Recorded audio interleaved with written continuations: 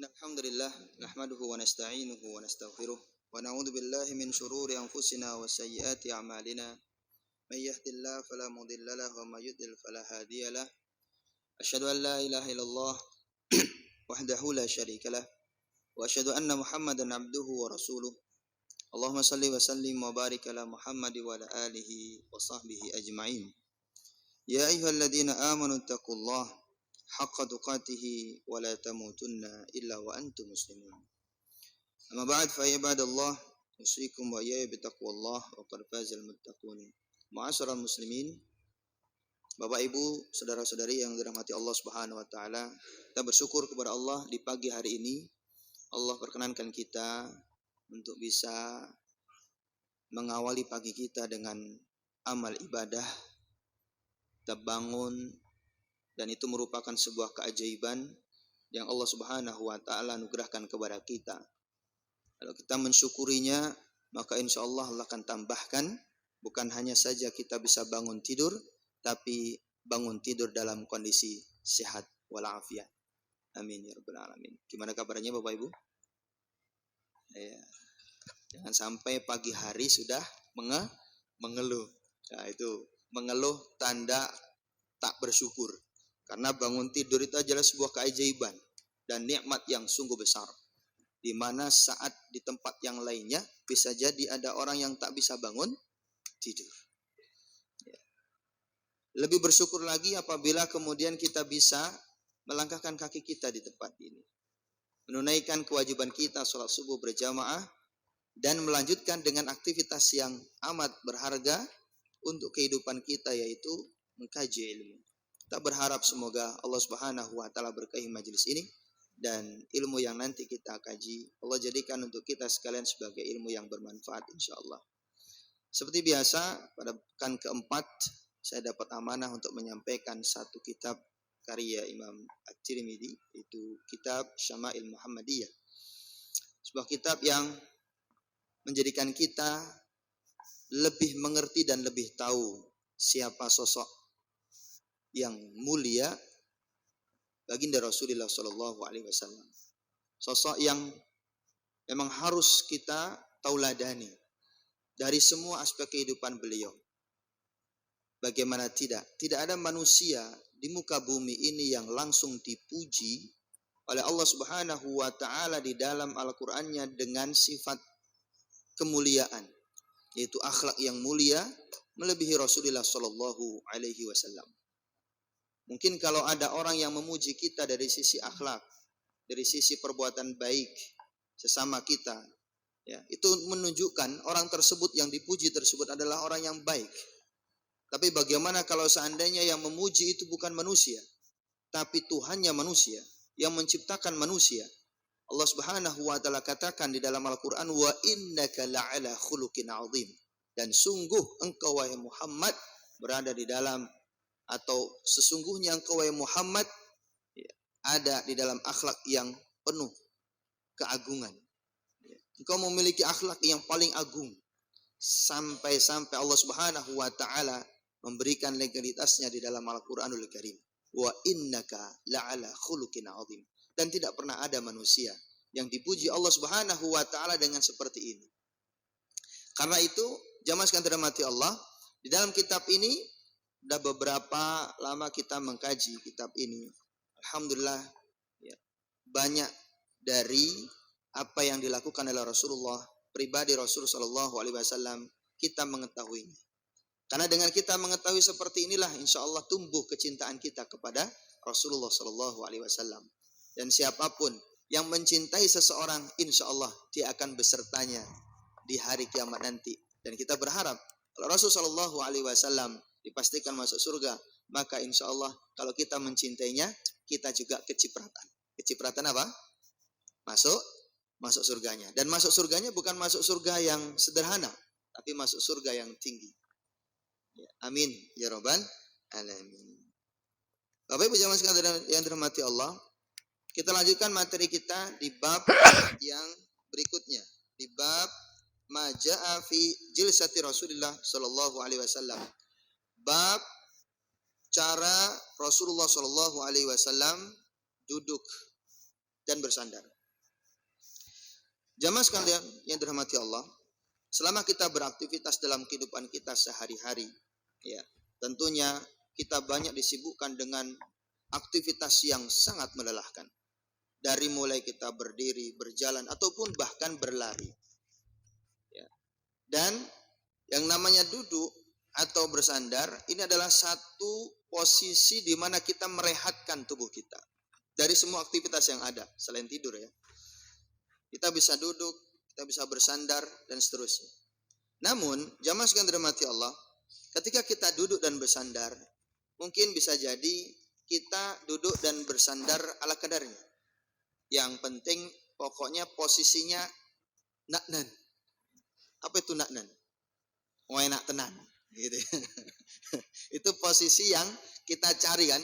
Yang penting mah duduk, yang penting yang enak, bersandar atau bagaimana, yang penting kita nyaman dan seterusnya. Namun sadarkah kita bahwa ternyata Rasulullah Shallallahu Alaihi Wasallam sudah mencontohkannya.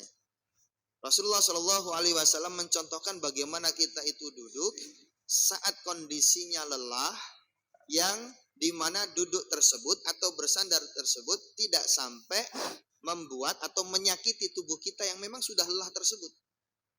Karena ada di antara kita yang karena asal duduk akhirnya malah, mohon maaf, tulang belakangnya tidak bagus. Di sini ada yang pernah belajar kiropraksi, pembetulan tulang belakang. Nah, seringkali terjadi sakit ya, nyeri tulang belakang atau orang bilang saraf kejepit, itu karena duduknya kurang bagus atau cara duduknya kurang bagus, sehingga membuat ya tulang belakang ini menjadi tidak sesuai pada tempatnya, sehingga rasa sakit muncul dan seterusnya, sehingga harus dilakukan apa? Kiropraksi. Ya, mungkin ada yang di sini pandai kiropraksi, pembetulan tulang belakang, pasti tahu tentang hal ini. Ya. Bagaimana seorang yang lagi duduk, taruhlah misalkan membaca ya, buku atau apa, duduknya kemudian ya seperti orang yang penting nyaman, tapi dia tidak menyadari bahwa kalau itu dilakukan terus-menerus ternyata merusak apa? Tulang belakang. Nah, Rasul Shallallahu Alaihi Wasallam dalam hal ini ketika kita dalam kondisi lelah, beliau mencontohkan supaya kita duduk dengan tepat dan itu tidak menyakiti tubuh kita yang memang sudah dalam kondisi lelah. Di dalam kitab ini Rasul mencontohkan ya. Yang pertama adalah dari sahabat Qailah binti Makhramah. Ini dijelaskan yang pertama Rasul Shallallahu Alaihi Wasallam itu duduknya adalah duduk diangkat menempel perut. Coba praktekkan semua. Duduk diangkat menempel perut. Jadi duduk bertelekan, mohon maaf, pantatnya. Terus kemudian pahanya ini diangkat menempel perut. Ya, coba dipraktekkan. Oke, bagus. Iya. Ya, seperti itu. Duduk, diangkat kakinya, menempel perut. Nah, terus kemarin ada yang nanya, Ustaz, kalau perempuan masa gitu juga duduknya? Ya, kalau perempuan sesuaikan duduk Anda. Ya. Ini sangat nyaman sekali. Saking nyamannya, ini kalau orang yang memiliki wibawa dan memiliki karisma seperti Rasul Shallallahu Alaihi Wasallam, bahkan duduknya saja membuat orang bergetar karena segan, hormat dan seterusnya. Nah, Qailah binti Makhramah ini menjelaskan bahwa dia pernah melihat Rasul Shallallahu Alaihi Wasallam di masjid sedang duduk seperti itu. Duduk itu dinamakan duduk kurfusa. Duduk apa? Kurfusa namanya. Ya. Nah, duduk ini, kurfusa ini adalah dengan cara seperti tadi, Bapak Ibu sekalian dirahmati Allah. Jadi mengangkat pahanya dan ditempelkan ya di perut, dan kemudian tangannya itu melipat di depannya seperti itu. Ya, itu dilakukan oleh Rasul Shallallahu Alaihi Wasallam. Dan saat beliau duduk seperti itu, kata Qailah binti Makhramah ini mengatakan beliau duduk dengan sangat khusyuk sehingga aku menjadi segan untuk mengganggunya. Ya, seperti itu. Dan ini adalah kondisi beliau duduk. Yang kedua, Bapak Ibu sekalian dirahmati Allah, bisa juga kita merehatkan tubuh yang lelah ini dengan cara kita lakukan berbaring. Tapi berbaringnya ini berbeda, tidak sembarang berbaring. Rasulullah SAW mencontohkan berbaringnya beliau adalah meletakkan kaki yang kanan di atas kaki yang kiri, dilipat. Satu kaki ditaruh di satu kaki yang lainnya. Kebayang Bapak Ibu? Nah, seperti beliau itu ya. Sambil tidur ditaruh gitu ya, sambil berbaring ditaruh ya. Ya, insya Allah kebayang ya. Tidak perlu saya praktekkan, tapi Bapak Ibu membayangkan saja. Insya Allah paham dan bisa mempraktekkan nanti. Dan itu sangat bagus ya untuk semua bagian tulang belakang ternyata. Bapak Ibu bisa praktekkan nanti ya, tidur atau kondisi berbaring istirahat gitu ya. Biasanya saat siang hari, saat melakukan qailulah, habis sholat duhur mungkin Bapak Ibu berbaring sejenak dengan kaki yang berada di atas seperti itu. Ya, antara satu dengan yang lainnya saling mentindih seperti itu. Maka rasakan barang 10 sampai 15 menit Bapak Ibu terbangun dalam kondisi yang fresh, lebih segar. Ya. Ini dia bagaimana kita merehatkan tubuh saat sudah lelah dalam beraktivitas. Berikutnya, Rasulullah SAW juga melakukan yang namanya duduk ihtiba. Ya, duduk ihtiba ini mirip Bapak Ibu dengan duduk kurfusah. Caranya adalah dengan menekuk lututnya. Hanya saja menekuk lutut di sini, beliau terkadang melakukannya dengan cara bersandar, ada kalanya juga tidak bersandar. Ya, mirip dengan duduk kurfusah tadi. Tapi kata para ulama, sebagian para ulama menyatakan kalau ihtiba itu beda dengan kurfusah. Kalau kurfusah langsung duduk tanpa bersandar, kalau ihtiba dia lagi apa? Bersandar. Sebagian yang lainnya tidak, menyamakan. Ya, menyamakan duduk kurfusah dan ihtiba itu, yaitu seperti tadi Bapak Ibu, diangkat lututnya dan ditempelkan. Dan seperti ini ulama berbeda pendapat juga dalam kaitannya ketika mendengar khutbah Jumat. Bapak Ibu pernah duduk seperti itu saat mendengar khutbah Jumat? Pernah ya? Nah, dalam sebuah hadisnya Rasulullah SAW sampaikan bahwa Rasul sallallahu alaihi wasallam anil ihtiba. Nabi melarang kita untuk duduk ihtiba khususnya pada saat mendengar khutbah. Kenapa demikian? Ada yang tahu alasannya? Saking nyamannya Bapak Ibu, seringkali orang itu tertidur pulas di situ. Iya, benar. Apalagi ditambah kepalanya dingkluk, kepalanya menunduk, wassalam itu. Ya, wassalam. Ya, udah nggak dengar lagi tuh khutbah Jumat. Ya. Karena saking nyamannya duduk seperti itu, ditambah dengan kepalanya tertunduk. Udah, seperti itu akan menyebabkan orang terkantuk. Makanya bagian daripada sunnah adalah ketika kita mendengar khutbah Jumat, pandangan kita adalah menuju kepada khatib. Melihat sang khatib, jangan menunduk. Kalau sudah menunduk, wassalam, ini alamat. Ya, ngantuk nantinya, bahkan tidur. Ya. Nah, jadi Bapak Ibu sekalian dirahmati Allah, ini bagaimana Rasulullah SAW mencontohkan itu.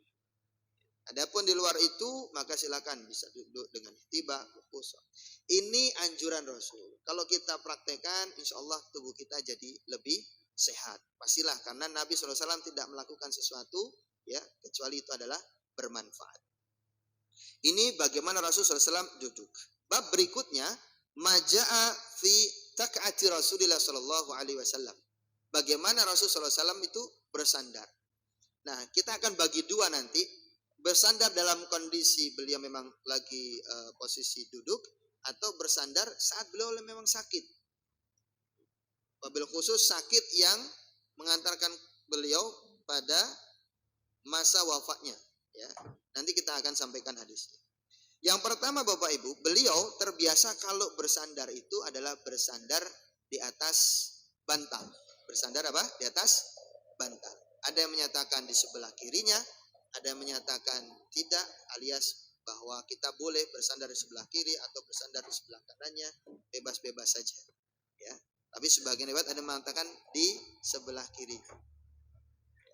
Bersandar. Kalau kita bersandarnya gimana Bapak Ibu? Di atas? Hah? Ya, biasa di tembok atau di kursi ya. Karena mungkin sekarang sudah biasa seperti itu.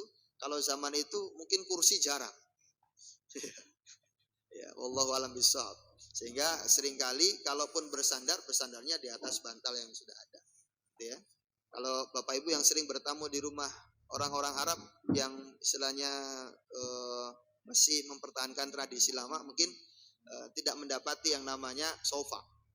Ya, masuk rumahnya itu udah langsung apa orang bilang kalau kita lesehan, apa?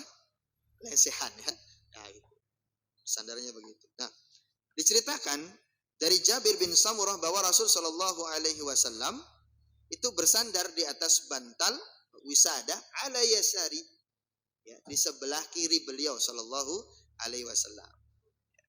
Begitu pula dalam riwayat yang lainnya juga disampaikan bahwa Rasul Shallallahu Alaihi Wasallam dari Abu Bakrah, ya, Abdurrahman bin Abi Bakrah dari ayahnya, dan ayahnya ini adalah Nufai bin Al Haris. Ya, beliau adalah sahabat yang masyhur di kalangan para sahabat saat itu, dan beliau sampaikan bahwa Rasul Shallallahu Alaihi Wasallam pernah suatu kali saat aku masuk, beliau memberitahukan kepada saya tentang akbaril kabair, tentang dosa besar. Beliau memberikan nasihat dalam kondisi duduk, satu. Yang kedua dalam kondisi bersandar. Bagaimana kisahnya? Diceritakan oleh Abdurrahman bin Abi Bakrah ini bahwa Rasul Shallallahu Alaihi Wasallam menyampaikan kepada kami sebuah pertanyaan. Ya. Tahukah kalian apa itu akbarul kabair? Maukah kalian aku beritahukan tentang akbaril kabair, tentang dosa di antara dosa-dosa besar?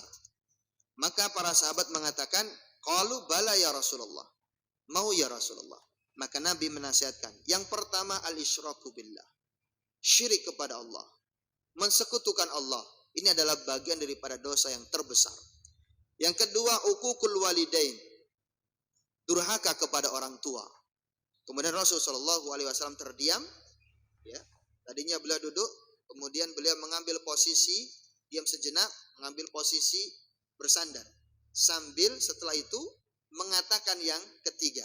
Apa yang ketiga? Syahadatuz zur au qauluz zur. Yaitu persaksian palsu. Bersaksi tapi saksi palsu. Atau perkataan dusta. Rasul Shallallahu Alaihi Wasallam diceritakan oleh Abdurrahman bin Abi Bakrah ini menyampaikan tiga hal itu tidak diam terus menerus Bapak Ibu. Tiga hal ini disampaikan bahwa ini adalah bagian daripada dosa yang paling besar. Al-isyraku billah, uququl walidain, syahadatuz zur. Terus saja mengucapkan seperti itu. Hampir-hampir kami, kata para sahabat di situ saat mendengarkan beliau, qultu lailatuhu sakat. Seandainya beliau diam, saking gak diam-diamnya sampai para sahabat berharap beliau diam. Terus diulang. Kalau dilihat daripada apa yang disampaikan oleh Rasulullah SAW berkaitan dengan dosa besar ini, wajar kalau Nabi menyampaikan terus berulang. Kenapa? Karena ini merupakan satu fakta yang kalau kita hari ini dapati, tiga hal inilah yang paling banyak dilakukan oleh manusia. Apa itu? Pertama, al-isyraku billah. Mensekutukan Allah. Di zaman sekarang, Masya Allah, orang mensekutukan Allah Subhanahu wa Ta'ala, berbuat syirik. Bukan hanya saja sekarang itu syiriknya yang kita ketahui, mungkin menyembah berhala, menyembah patung, menyembah pohon dan sebagainya. Tidak. Tapi banyak dari kalangan kita, bahkan kalangan kaum muslimin, kurang begitu memahami ternyata kesyirikan itu bisa saja masuk di rumah-rumah mereka. Ternyata kesyirikan itu begitu sangat dekat dengan mereka. Terutama syirik yang khafi, yang seringkali orang gak sadar bahwa dia telah melakukan kesyirikan. Contoh misalkan mungkin ada di antara Bapak Ibu sekalian pernah mendengar, mungkin tetangganya atau temannya, saat meyakinkan temannya terhadap suatu perkara, dia sampai bersumpah. Tapi bersumpahnya bukan hanya saja dengan kalimat Allah, dengan lafaz Allah. Misalkan demi Allah gitu saja, tidak cukup dia. Supaya orang lain yakin dengan apa yang dia sampaikan, dia sampai menambahkan demi Allah, demi Rasulullah. Hal yang seperti ini di antara kita, masyarakat muslim di luar sana masih banyak yang belum paham bahwa hal ini sangat-sangat dilarang. Kenapa demikian? Karena ini masuk al-half atau al-hilfu bi ghairillah, bersumpah dengan nama selain Allah. Dan Nabi sudah berpesan, man halafa bi ghairillahi faqad asyrak. Siapa yang bersumpah dengan nama selain Allah, maka dia telah berbuat syirik. Meskipun itu dengan nama Rasulullah SAW. Demi Allah, demi Rasulullah, masuk dalam kondisi syirik dia saat itu. Ini banyak dari kalangan kaum muslimin yang nggak paham. Belum lagi kalimat-kalimat yang lainnya. Contoh misalkan, saat lagi buat acara, terus kemudian acara itu satu orang yang sangat luar biasa, sangat berkontribusi dalam acara tersebut sehingga sukses. Sahabatnya saking senangnya, muji dia. Ini acara, kalau bukan karenamu nih, gak jalan nih acara ini. Bapak Ibu yang dirahmati Allah, sekilas biasa saja, tapi ini mengandung unsur kesyirikan.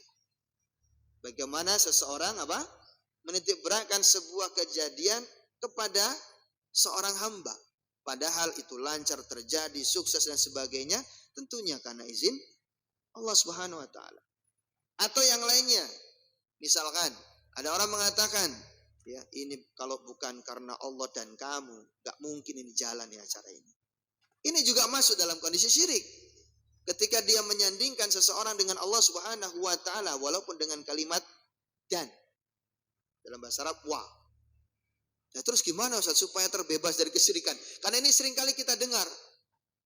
Maka jangan disandingkan hamba Allah dengan Sang Khalik Allah Subhanahu wa taala. Kita bisa mengatakan ini kalau bukan karena Allah, kemudian engkau, kemudian kamu, gak jalan nih acara. Nah, kalau seperti ini bebas dia. Kenapa? Antara Allah Subhanahu wa taala dengan hambanya itu ada apa? Ada urutan. Summa itu adalah urutan.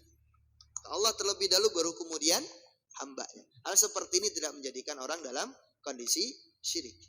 Nah, ini yang saya sampaikan Bapak Ibu, bahwa yang namanya kesyirikan kalau kita tidak pahami tentang syirik tersebut, terkadang ada orang terjebak dalam kesyirikan. Ini perlu yang namanya kajian tauhid. Ada di sini kajian tauhid. Nah, alhamdulillah. Yang kedua Bapak Ibu, uququl walidain. Masya Allah. Uququl walidain, durhaka kepada orang tua Bapak Ibu. Al-Quran sudah menyatakan, jangan sampai kita durhaka kepada orang tua meskipun hanya sebuah perkataan uf. Uf itu maksudnya apa? Atau bahkan kayak begini Bapak Ibu, misalkan ada orang diminta untuk nganterin orang tuanya. Mas, tolong nganterin bapak ke rumah fulan gitu ya. Dia lagi sibuk atau apa, terus kemudian dia ambekan. Kayak gini nih. Nah, ini masuk ternyata. Ada orang anak diminta, "Nak, tolong belikan ibu ini." Terus. Ini termasuk Ada yang pernah begini? Atau, "Nak, misalkan telepon bapak ibu. Ada yang telepon bapak ibu. Terus kemudian saat ngangkat, bapak ibu, duit ini mas, ini duit. Lah, dianggapan gitu ya, duit ini. Hati-hati. Ini sederhana tapi ternyata masuk apa? Terus gimana? Ya sudah. Terima ketika diminta oleh orang tua dengan gembira, dengan happy, tanpa ada rasa kayak seperti tadi. Ya. Karena orang tua kita dahulu Bapak Ibu dirahmati Allah, saat kita masih mungkin kondisi masih kecil atau sekolah dan seterusnya, begitu banyak tingkah kita, beliau itu orang tua kita tidak pernah itu yang namanya anak kok gini, nggak pernah itu. Ya. Maka kita sebagai bakti kepada orang tua jangan sampai seperti itu. Ini dari sisi kecilnya saja, tapi sekarang tidak seperti itu. Jangankan kok hanya sekedar ambekan, sampai ada orang tua disakiti sama anak, sampai ada anak menendang orang tuanya, sampai ada anak mengusir orang tuanya. Naudzubillah. Ini uququl walidain. Nabi sampaikan jauh-jauh hari karena memang akan terjadi banyak seperti ini. Kemudian juga syahadatuz zur. persaksian palsu, atau perkataan dusta. Masya Allah. Semarak atau marak di kalangan kita seperti ini. Maka Nabi ulang-ulang terus. Hampir-hampir kata para sahabat, kami berharap bahwa beliau sudahlah diam ya Rasul, kami sudah paham seperti itu. Tapi Nabi terus menyampaikan sambil bersandar. Baik, jamaah sekalian dirahmati Allah. Berikutnya, bersandarnya Rasul diceritakan. Qala Rasul sallallahu alaihi wasallam, amma ana fala aqulu muttaqian. La aqulu muttaqian. Kata Rasul sallallahu alaihi wasallam, aku ndak pernah makan sambil bersandar. Jadi kalau beliau pas bersandar, beliau enggak makan. Ada di sini yang makan sambil bersandar? Kemudian dia nanya, loh Ustaz, kan kita kan makannya di atas kursi tuh, ya masa makan nggak bersandar begini, kan nggak enak, gitu ya. Nah, Nabi Shallallahu Alaihi Wasallam ya, tidak bersandar saat beliau makan. Itu yang dicontohkan oleh Rasul Shallallahu Alaihi Wasallam. Baik, berikutnya bersandar saat dalam kondisi sakit. Gimana saat Rasul Shallallahu Alaihi Wasallam sakit dan kemudian beliau bersandar? Bersandarnya lebih sering adalah bersandar kepada sahabat. Ini seringkali diceritakan kaitannya ketika beliau menunaikan ibadah sholat Bapak Ibu. Karena beliau itu berusaha sekali. Apapun kondisi beliau, saat sakit pun beliau tetap berusaha untuk datang ke masjid sholat berjamaah. Beberapa sahabat pernah mengalami menjadi sandaran Rasul Shallallahu Alaihi Wasallam. Usama bin Zaid pernah menjadi sandaran Rasul. Saat Nabi ingin bangun menunaikan sholat berjamaah di masjid, Usama bin Zaid menjadi sandaran beliau. Beliau memegang pundak Usama bin Zaid, kemudian Usama bin Zaid menuntun beliau sampai masuk ke dalam masjid dan sholat berjamaah. Hal yang seperti ini menjadikan kita malu Bapak Ibu dirahmati Allah. Kalau seandainya kita masih bisa berjalan, hanya mungkin pilek atau mungkin sakit gatel, panu, kok enggak ke masjid sholat berjamaah. Ekstrimnya begitu Bapak Ibu. Ya. Rasulullah Shallallahu Alaihi Wasallam sampai kondisinya seperti itu saja masih berusaha untuk ke masjid. Beliau juga bercerita bahwasanya atau sahabat pernah bercerita seperti Fadl bin Abbas. Ya. Fadl bin Abbas ini juga pernah menjadi tumpuan Rasul Shallallahu Alaihi Wasallam untuk berangkat ke masjid. Supaya beliau bisa sholat berjamaah di masjid, beliau berusaha sekali. Apapun kondisinya. Walaupun katakanlah dengan bersandar kepada sahabatnya. Ya. Pegang pundak sahabatnya untuk supaya kuat berjalan ke masjid. Sampai seperti itu. Sehingga kita harus malu, sekali lagi harus malu. Kalau kemudian hanya sekedar sakit biasa, apalagi sehat, terus kemudian malas ke masjid, Masya Allah, untuk menunaikan sholat berjamaah, malu sama Rasulullah SAW. Karena Nabi SAW bersandar sampai seperti itu karena untuk supaya bisa datang ke masjid, menunaikan sholat berjamaah di masjid. Ini seakan menjadi pelajaran yang berharga untuk kita. Ya. Nabi yang sudah Allah Subhanahu Wa Taala ampuni, Nabi yang sudah Allah Subhanahu Wa Taala jamin, bagiannya nanti insya Allah telaga atau sungai ataupun istana di surga Allah sudah sediakan, tapi Nabi seperti itu. Dalam kondisi yang sakit pun beliau tetap ke masjid, berusaha semaksimal mungkin. Baik, ini kaitannya dengan bersandar. Ya. Dan Nabi Shallallahu Alaihi Wasallam dalam hal ini mencontohkan kepada kita dua hal tadi, sandar dalam kondisi duduk atau dalam kondisi saat kita sakit. Berikutnya, Maja fi sifati akli Rasulillah. Kita akan belajar banyak hari ini atau pagi hari ini Bapak Ibu tentang kebiasaan Rasulullah SAW dalam aktivitas kesehariannya. Dari mulai tadi duduk, bersandar, sekarang makan. Ya, sampai makan ini dijelaskan dalam kitab ini. Cara Rasulullah SAW makan. Diceritakan dari Ibni Ka'ab bin Malik dari bapaknya, anan Nabi SAW yal'aku asabi'ahu salasan. Bahwa Nabi Shallallahu Alaihi Wasallam setelah makan beliau menjilati jari jemarinya sebanyak 3 kali. Menjilati apa Bapak Ibu? Jari jemarinya sebanyak 3 kali.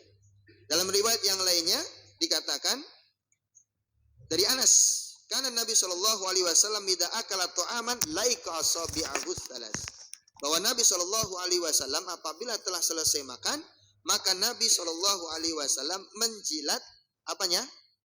Jarinya as-salas, jarinya yang 3. Maksudnya apa? Dijelaskan oleh para ulama, al-wusta, as-sababa, al-ibham. Ini dia. Nah, mungkin saat itu makannya adalah gandum ya. Gandum atau kurma, jadi bisa Bapak Ibu. Kalau jenengan makan nasi, bisa nggak? Hah? Atau sayuran gitu. Apa susah ya? Nah, ini maksudnya disesuaikan. Maksudnya apa? Disesuaikan. Ya, 3 jari atau menjilatnya 3 kali, jari-jari. Di dalam, makanya di dalam hadis yang lainnya dikatakan jari-jari ya, bukan hanya 3 jari. Tapi di sini ada disebutkan 3 jari Rasulullah SAW. Maksudnya 3 jari itu ini.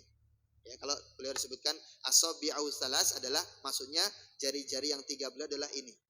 Wusta, sababa dan al-ibham. Ya.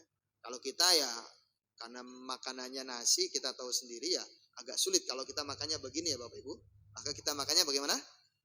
Ya. Tapi orang Indonesia keren Bapak Ibu, luar biasa. Sudah terbiasa seperti ini.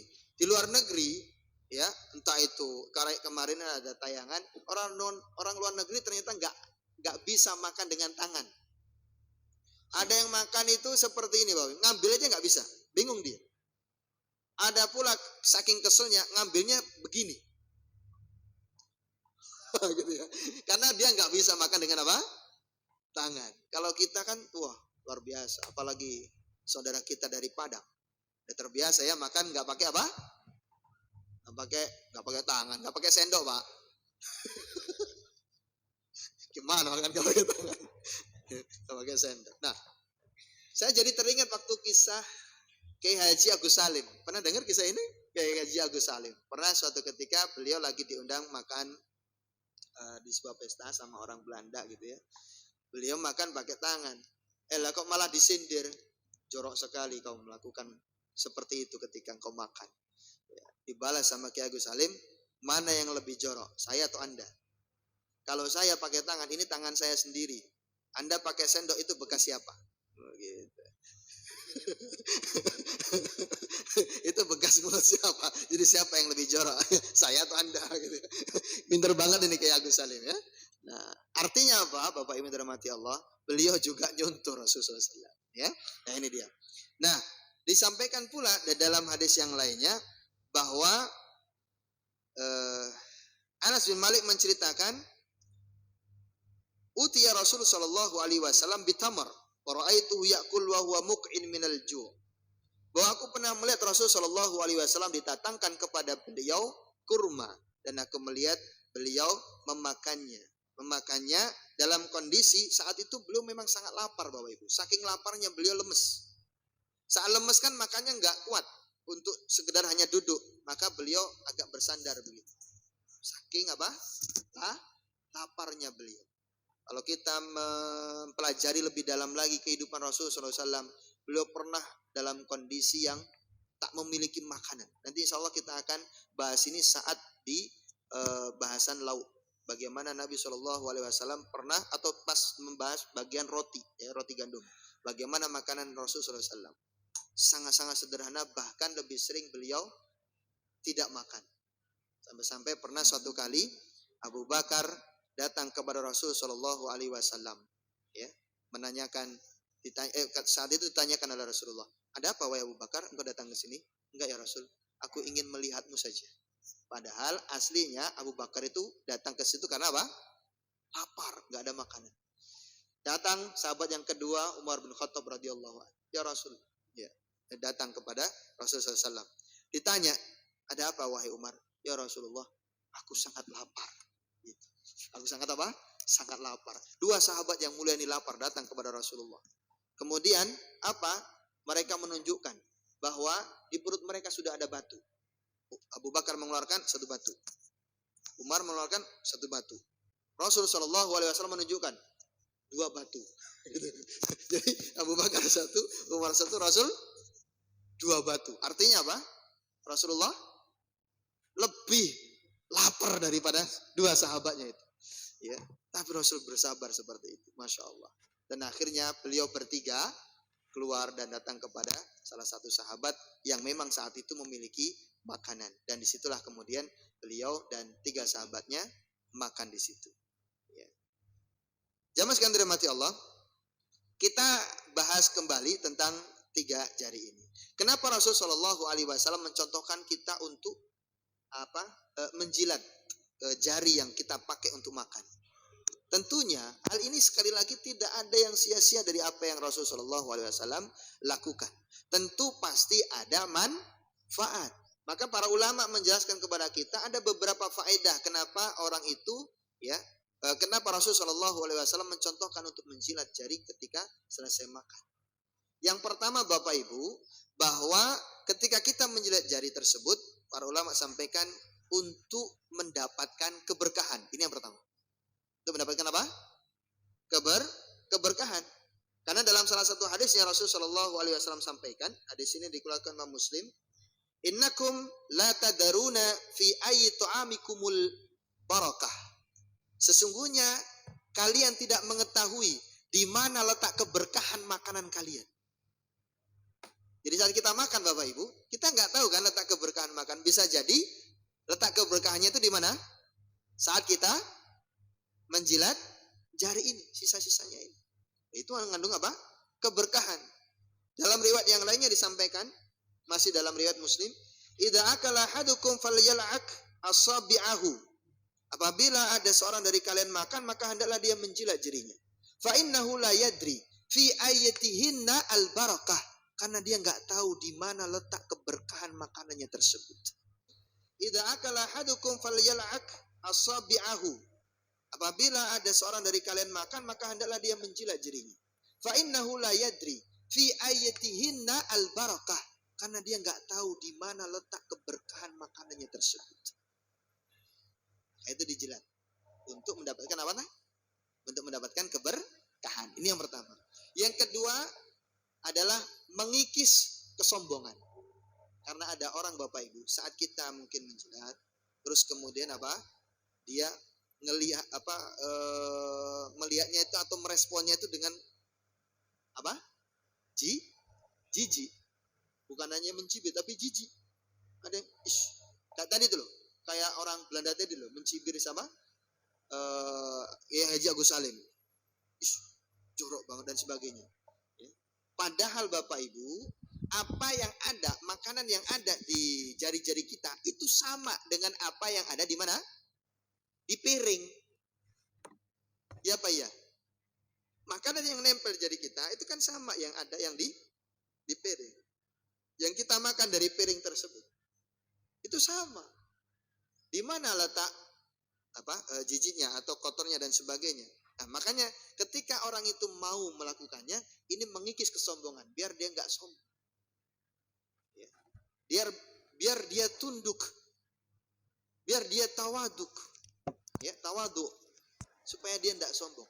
Ini dia. Sehingga kalau ada orang seperti itu, Masya Allah, dia melakukan Masya Allah, dia mendapatkan keberkahan. Masya Allah, dia mendapatkan kebaikan, tambahan pahala dan seterusnya. Ya. Menjadi tawaduk, enggak sombong. Yang ketiga adalah supaya tidak boros. Menghindari apa? Boros. Ya. Karena pernah ada seorang ini cerita nyata. Ada seorang bapak-bapak tua ketika melihat ada orang membuang makanan, dia menangis, Bapak. Menangis.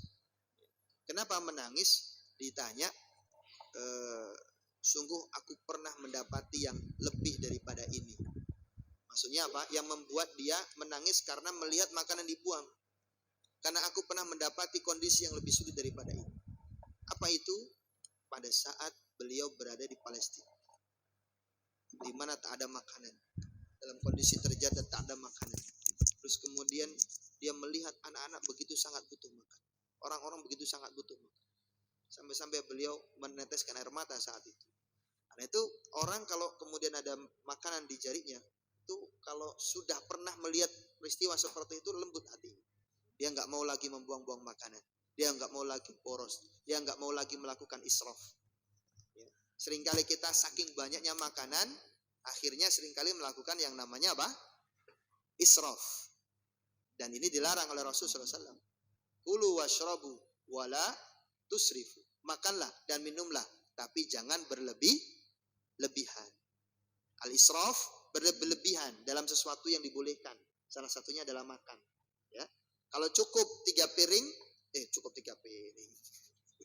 Siapa yang makan 3 piring ya? Kalau cukup hanya 1 piring, ya, atau beberapa suap, maka cukuplah. Kalau Nabi SAW mencontohkan itu apa? Sepertiga, ya. Karena yang paling buruk dari tubuh kita, yang nggak pernah habisnya itu, yang isinya banyak hal-hal yang entah itu bersih atau kotor dan sebagainya, adalah ini yang namanya apa? Perut. Maka supaya tidak terlalu kotor, Nabi Shallallahu Alaihi Wasallam memberikan anjuran, jangan diisi makanan semua. Sepertiga makanan, sepertiga air, dan sepertiga udara. Kalau diisi makanan semua, apa yang terjadi? Iya, orang bilang begak. Ketika begak jadinya lemes, malas. Orang bilangnya mager. Apa itu? Iya, malas gerak. Kalau orang banyak makan biasanya mager, apa? Malas gerak. Nah, seperti ini akan timbul banyak penyakit nantinya. Oke, dan yang terakhir Bapak Ibu yang dirahmati Allah, kenapa kita diperintahkan untuk menjilat makanan bekas istilahnya sisa makanan? Karena ternyata di dalam penelitian itu sangat bagus untuk kesehatan. Membantu kita untuk lebih sehat. Karena adanya enzim ya pada sifat tangan kita ini untuk mencerna sifat kimiawi yang ada pada makanan. Sehingga ketika itu kita jilat dan sebagainya bercampur dengan enzim kita, masuk di tubuh kita, pencernaan kita menjadi encer, menjadi nyaman. Menghindari dari sakit sembelit. Menghindari dari sakit lambung atau sakit-sakit yang berasal dari pencernaan. Ini efek daripada ketika kita menjilat seperti itu. Dan ini sudah dibuktikan dalam dunia kesehatan. Bagus sekali. Inilah bagaimana Rasulullah SAW mungkin pada saat itu nggak sampai meneliti seperti ini. Tapi karena itu adalah wahyu dan Rasul mencontohkan seperti itu, pasti ada faedahnya. Dan ternyata di zaman sekarang sudah ditemukan. Ternyata benar-benar berfaedah. Baik. Bapak Ibu yang dirahmati Allah, berikutnya bab fi sifati khubzi Rasulullah SAW. Sifat rotinya Nabi Muhammad SAW. Maksudnya apa? Rotinya Nabi itu seperti apa yang biasa beliau makan. Diceritakan dari Aisyah radhiyallahu anha, qalat masya bi'alu Muhammad sallallahu alaihi wasallam min khubz syair yaumaini mutatabi'aini hatta qubida Rasulullah sallallahu alaihi wasallam. Ini yang saya sampaikan tadi Bapak Ibu, bagaimana kita menteladani kehidupan Rasul sallallahu alaihi wasallam saat beliau berkekurangan. Saat beliau kondisinya mungkin tak ada makanan. Apa yang beliau lakukan? Oke, sudah. Belum kan? Masih kan? Iya. Ya. Aisyah menceritakan bahwa keluarga Muhammad SAW itu nggak pernah kenyang dengan makan roti gandum. Ya, sampai kenyang itu nggak pernah. Ya. Bahkan untuk mendapati roti itu terkadang 2 kali sehari. Padahal Bapak Ibu dirahmati Allah, roti gandum jenis seperti ini disampaikan bahwa itu adalah jenis roti yang paling sederhana banget. Ya, kualitasnya itu paling low, paling bawah. Karena yang paling bagus itu naki, yang halus. Ya, sementara yang dimakan oleh Rasul adalah syair, gandum yang kasar. Ya. Gandum yang apa? Yang kasar. Dan saking kasarnya itu ternyata karena memang Rasulullah SAW dan beberapa sahabat itu tidak punya alat namanya ayakan ya. Kalau kita kan supaya lembut tepungnya itu diapakan? Diayak sampai dapat yang lembut. Kalau beliau tidak, para sahabat tidak, diapakan? Ditiup Bapak Ibu. Enggak diayak, ditiup. Akhirnya yang bagus-bagus, lumayan bagus, akhirnya berkumpul di situ, dicampur air, diadon dan sebagainya, akhirnya jadi roti. Rotinya pasti adalah roti kualitas yang sederhana banget, ya, roti kasar. Dan itu adalah makanan Rasulullah SAW. Beberapa kali Rasulullah SAW makan seperti itu, dan Aisyah menceritakan sampai-sampai kami kadang mendapatinya hanya 2 hari sekali. Dalam riwayat yang lainnya, Ibnu Abbas menceritakan Rasulullah SAW dan keluarganya pernah beberapa malam secara berturut-turut gitu ya. Mereka tidak menemukan makan. Mereka tidak menemukan makanannya kecuali makanan yang terbuat dari roti gandum. Jadi rotinya Rasulullah SAW adalah roti syair. Roti apa? Roti gandum. Dan itu Rasulullah SAW ya makan seperti itu. Berikutnya jamaah sekalian, kita masuk pada pembahasan idam. Jadi kalau memang ada yang mau ditanyakan, monggo silakan. Idam itu lauk, berkaitan dengan lauk. Ada yang mau ditanyakan? Ya, silakan. Kenapa? Cara duduk ketika makan. Ya, Rasulullah SAW ketika makan, ya, tadi ada ya beberapa contoh ketika beliau lagi kondisinya sudah kondisi lemas, lapar, maka beliau makan agak bersandar. Tapi beliau SAW lebih seringnya apa? Ketika bersandar beliau tidak makan. Nah, di luar itu Nabi SAW makan dengan kondisi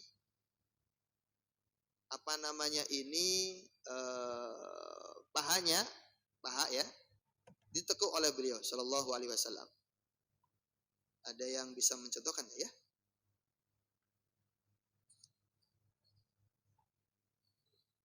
Kalau kondisi seperti ini jangan dilakukan. Kenapa? Karena ini menekan bagian sehingga sulit sekali untuk makanan itu ya bercerna dengan baik.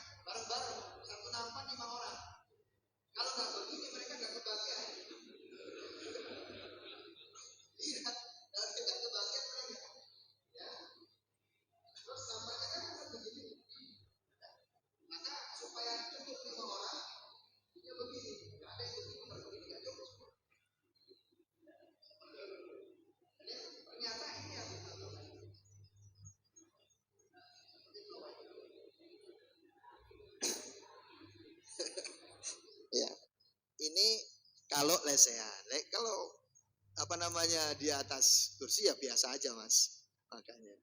Nah, kalau ada di sini yang terbiasa pakai sendok, disarankan. Ini bukan tidak ada dalilnya dan sebagainya, tapi ini para ahli slimming.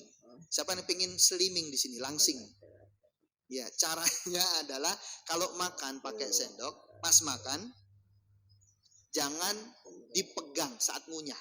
Jadi ketika ngambil makanan, ya makan pakai sendok, habis disuapkan ke mulutnya, taruh sendoknya, terus nikmati makanannya. Rasakan teksturnya, asam, manis, pedas, asin dan seterusnya. Kunyah sampai nyaman, sampai nggak ada rasa-rasa seperti tadi, baru ditelan. Itu dijamin Bapak Ibu, dijamin. Sudah ada banyak kesuksesan orang yang akhirnya jadi ramping bin langsing dengan melakukan teknik ini. Caranya gimana tadi? Jangan pegang sendok saat mengunyah. Tahu kenapa? Kalau orang lagi makan pegang sendok, dia akan terus Nah, nyuap terus saja, nggak berhenti dia. Lah ini nggak bisa ini yang namanya perut ini terus dimasukin tanpa harus dia mencerna terlebih dahulu. Maka kemudian dibiarkan, cara biarkan biar nggak tergoda untuk ngambil lagi, taruh, kemudian rasakan. Kalau kita lakukan ini barang 5 suapan saja kita sudah terasa kenyang. Itu pasti. Karena kita makannya cuma 5 suap, otomatis kita sudah tahu ukurannya kan, takarannya. Sehingga kita ngambilnya tidak terlalu banyak. Efeknya apa? Tadi Pak, kalau makan nggak terlalu banyak, akhirnya apa? Sehat, langsing, ramping. Ini bagi yang mau program slimming. Ibu-ibu mau program slimming, amalkan ini. Ya, awali dengan minum terlebih dahulu. Apa? Minum terlebih dahulu. Minimal 1 atau 2 gelas yang paling bagus. Rutin. Minum 1 atau 2 gelas habis. Ya, habis itu baru berhenti sebentar. Jangan langsung makan. Barang beberapa 1-2 menit habis itu baru makan. Ya. Makanya dengan tadi. Insya Allah itu. Gak sampai 1 atau 2 bulan turun 5 sampai 10 kilo. Ya, apalagi dibarengi dengan olahraga. Tambah sehat. Ya. Baik, ada yang lain? Ya.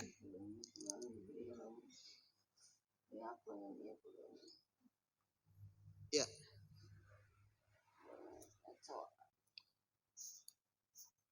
Atau?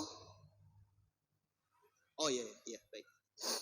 Bapak yang dirahmati Allah, apabila Rasul tidak mendapati makan di rumahnya karena memang benar-benar nggak ada. Bahkan dalam satu riwayat disebutkan beliau tidak ada makanan sama sekali ilal aswadain, kecuali 2 benda hitam. Maksudnya apa? Itu adalah alma wa tamr, air dan kurma saja. Selebihnya nggak ada makanan. Bahkan pernah dalam 1 bulan dapur nggak ngebul, kata Aisyah radhiyallahu anha. Karena memang tidak ada yang dimasak. Nah, saya ingin menyampaikan Bapak Ibu dirahmati Allah, jangan sampai kita memahami ini, berarti gini ya, Rasul itu berarti hidupnya miskin. Oke lah, aku tak miskin aja. Nah, atau ada orang beralasan ketika dia malas untuk berkarya, malas untuk membahagiakan orang yang dia sayangi, ya, bekerjanya malas, ketika udahlah kan Rasul juga miskin.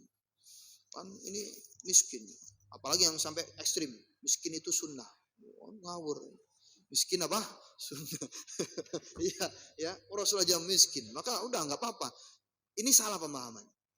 Rasul Shallallahu Alaihi Wasallam itu memiliki kehidupan beberapa fase kehidupan. Ada fase di mana Rasul SAW memiliki banyak sekali harta, ya kan? Ada masa di mana Rasul Shallallahu Alaihi Wasallam juga kondisinya apa? Berkekurangan. Kedua-duanya ini Allah Subhanahu Wa Taala tetapkan atas kehidupan Nabi untuk pelajaran umatnya. Apa yang dilakukan atau bagaimana sikap Rasul Shallallahu Alaihi Wasallam saat lapang, saat banyak harta, saat banyak makan, banyak makanan dan seterusnya. Apa yang dilakukan Rasulullah? Syukur dan syukur. Saat kondisinya beliau berkekurangan, beliau seperti itu, begitu sangat sabarnya, latennya terus seperti itu. Keimanannya nggak berkurang. Artinya apa yang dilakukan Rasulullah SAW saat kondisinya beliau lapang, tak jauh beda dengan apa yang beliau lakukan saat kondisinya kurang. Ini fase-fase seperti ini supaya mengajarkan kepada kita Bapak Ibu, ya, bagaimana sikap saat banyak harta, bagaimana sikap saat berkekurangan. Kalaulah kita masih ada makanan dan sebagainya, harus bersyukur. Kalaulah masih ada tempe, tahu, makan pakai sambal terasi, itu enak banget. Ya. Kalaulah masih ada nasi saja, kan ada sampai ada walaupun nasi dan garam. Kalau ada orang pengen ngelamar seorang gadis, ya, mau nggak kamu hidup susah bersamaku? Nanti walaupun makan nasi dan garam, aku akan tetap setia kepadamu. Kira-kira ada yang nerima nggak ya? Saya kira nggak ada yang nerima. Enggak, katanya. Ya. Sudah nggak laku bahasa-bahasa seperti itu, ya. Karena Rasulullah SAW mencontohkan juga saat menikahi siapa? Khadijah di Khuwailid itu kan masya Allah ya, maharnya sungguh sangat dahsyat. Saya kira belum ada orang zaman sekarang mengguli maharnya Rasulullah SAW. Ya, baik. Seperti itu Bapak. Ada lagi yang ini? Ya. Mungkin penutup Ustadz nih ya. Tadi kalau saya perhatikan ya, waktu Abu Bakar bertamu dan Umar itu, dia perutnya ditempel batu gitu. Satu. Itu batu sebesar apa itu Ustaz? Dan bagaimana itu? Itu maksudnya bagaimana itu dampak menahan lapar dengan batu itu, apa hubungannya, korelasinya? Bahkan Nabi katanya buah batu. Itu saya membayangkan batu apa itu ya. Gimana tuh? Iya, tentunya ya kita membayangkan batu enggak batu yang gede banget gitu ya. Pokoknya batu yang bisa untuk ganjel perut beliau. Nah, ini manfaatnya memang untuk mengurangi rasa lapar. Untuk mengurangi apa? Rasa lapar. Batunya diikat. Saya sih nggak pernah melakukan, nggak pernah kelaparan, ya kan. Ya. Tapi kalaupun ada yang seperti itu lagi lapar banget, mungkin saat di gunung atau saat lagi camping nggak ada makanan, lapar banget gitu ya. Nah itu bisa menjadi senjata. Cari batu, kemudian apa? Diikat di perutnya, ya. Terus kemudian udah jalan aktivitas sebagainya. Itu minimal mengurangi, menekan, mungkin menekan lambungnya kali ya. Allahu a'lam bishawab. Saya nggak tahu itu apa faedahnya sebagainya. Pastinya itu mengurangi apa rasa lapar. Tapi batunya kalau Bapak tanya batunya sebesar apa ya saya nggak tahu Pak. Ya paling ya pokoknya secukupnya gitu. Ya secukupnya seperti itu. Iya. Batu apa Ustaz? Ya batu apa saja yang bisa untuk ngeganjel. Ya. Baik. Cukup ya. Insyaallah itu yang bisa disampaikan. Kita berhenti pada pembahasan lauk pauk karena ini ada 34 hadis dalam hal ini. Apa yang biasanya dimakan oleh Rasulullah SAW? Ya, ternyata ketika saya baca hadisnya itu lauk yang paling beliau sukai itu sebaik-baik lauk katanya cuka. Nah, saya sendiri kalau cuka itu setahu saya kan cairan ya. Bisa jadi lauk enggak itu ya? Saya sudah enggak tahu itu. Kok bisa jadi sebaik-baik lauk itu loh. Al-khal atau cuka. Kenapa Pak? Oh ya, mungkin itu kebulinya yang enak Pak. Kalau acaranya nggak tahu gitu. Karena orang juga nggak suka acar. Tapi beliau suka cuka gitu ya. Nah, atau zaitun nanti banyak sekali ya lauk-lauk yang biasanya dimakan oleh Rasul Shallallahu Alaihi Wasallam. Apa sih? Ternyata kalau saya baca dari 30 hadis ini sangat sederhana. Nggak ada yang wah gitu, nggak ada. Paling wah itu ya ini apa? Paha kambing itu yang paling wah. Dan itu juga jarang-jarang Rasul makan dari lauk beliau, ya. Karena memang beberapa kali saja beliau. Tapi itu merupakan salah satu lauk kegemaran Nabi. Itu apa? Paha kambing, ya, seperti itu. Wallahu a'lam bishawab. Kita cukup sekian. Kita tutup dan doa kafaratul majelis. Subhanakallahumma bihamdika asyhadu an la ilaha illa anta astaghfiruka wa atubu ilaik. Assalamualaikum warahmatullahi wabarakatuh.